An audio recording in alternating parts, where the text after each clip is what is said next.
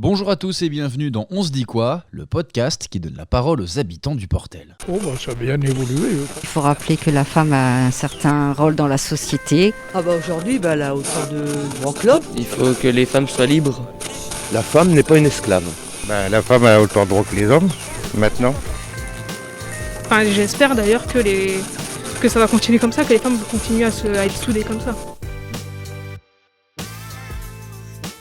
Pour cette première série de podcasts, on va parler de la Journée internationale des droits des femmes qui a lieu chaque année le 8 mars et questionner les habitants de la commune sur l'égalité femmes-hommes dans notre société. Aujourd'hui, dans ce nouveau podcast, on va parler culture.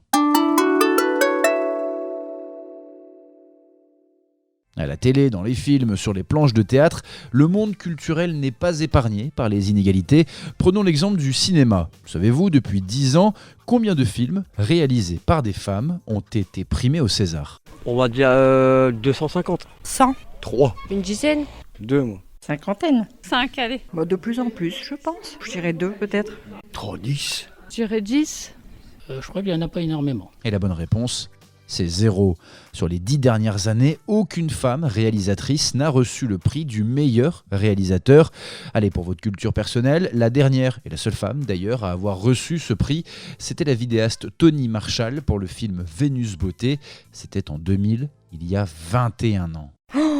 Ah ouais, d'accord. C'est hallucinant. C'est ça qu'on voit souvent dans les films réalisateurs et vous voyez toujours un homme en fait. Mais je me suis dit peut-être avec de l'espoir, il y avait peut-être des femmes quand même, mais non. Je trouve même que les femmes, ils réalisent encore mieux que les hommes. Après, ça va... Ouais, non, ça va partir en débat, donc... C'est honteux quand même. Je pense que c'est honteux. Pour moi, c'est honteux. Je pense qu'il doit y en avoir quand même une qui doit sortir du lot, quand même. Choquée. Moi, j'aurais pensé qu'au moins une femme... c'est pas normal. Il y a pas Ouais, d'hommes qui font bien, les femmes aussi. Je suis choquée, parce que... Moi, je crois qu'il y avait au moins 1 ou 2 films. Je pense que les dames qui tournent, qui sont productrices... ont quand même une sensibilité. Je pense qu'elles font des choses bien, donc ne pas les récompenser, c'est dommage. C'est injuste. Non, je m'attendais pas à 0 quand même. Oui, c'est... Alors oui, c'est pas sûrement injuste parce que les femmes sont capables de faire aussi bien que les hommes, je pense. C'est 0. Ah bon ? C'est que c'est pas normal non plus. Pourquoi qu'il y a une discrimination comme ça entre hommes et femmes ? C'est pas normal, c'est pas parce que c'est une femme qui fait un film que ça va être nul, quoi. Je sais pas, c'est...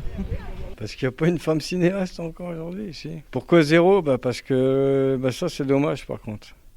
C'est dommage parce qu'une femme, faut un peu la pousser de l'avant. Même si c'est pas un carton, on peut lui donner quand même une faveur quand même. C'est révélateur de la société d'aujourd'hui, mais... je trouve ça lamentable, mais bon...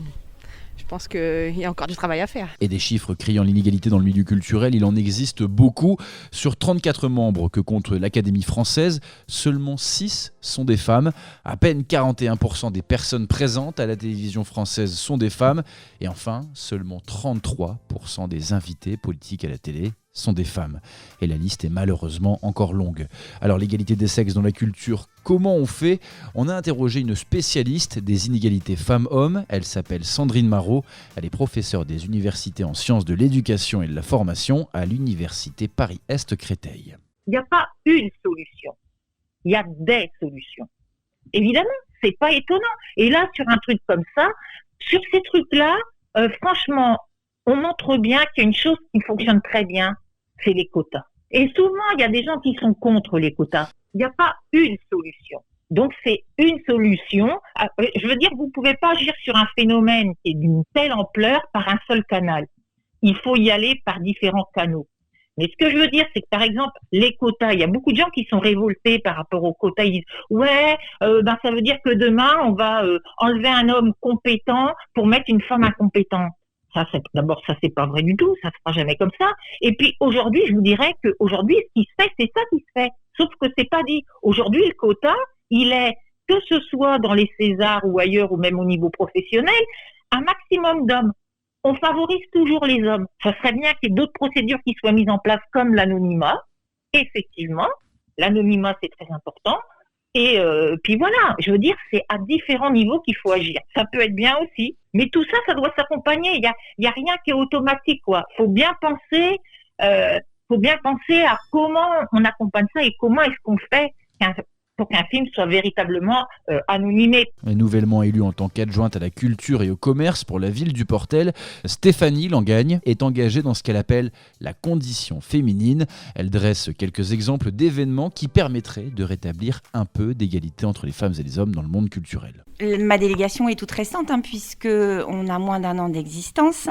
On a dû gérer la pandémie, donc on s'est plutôt concentré sur des actions de solidarité envers la population.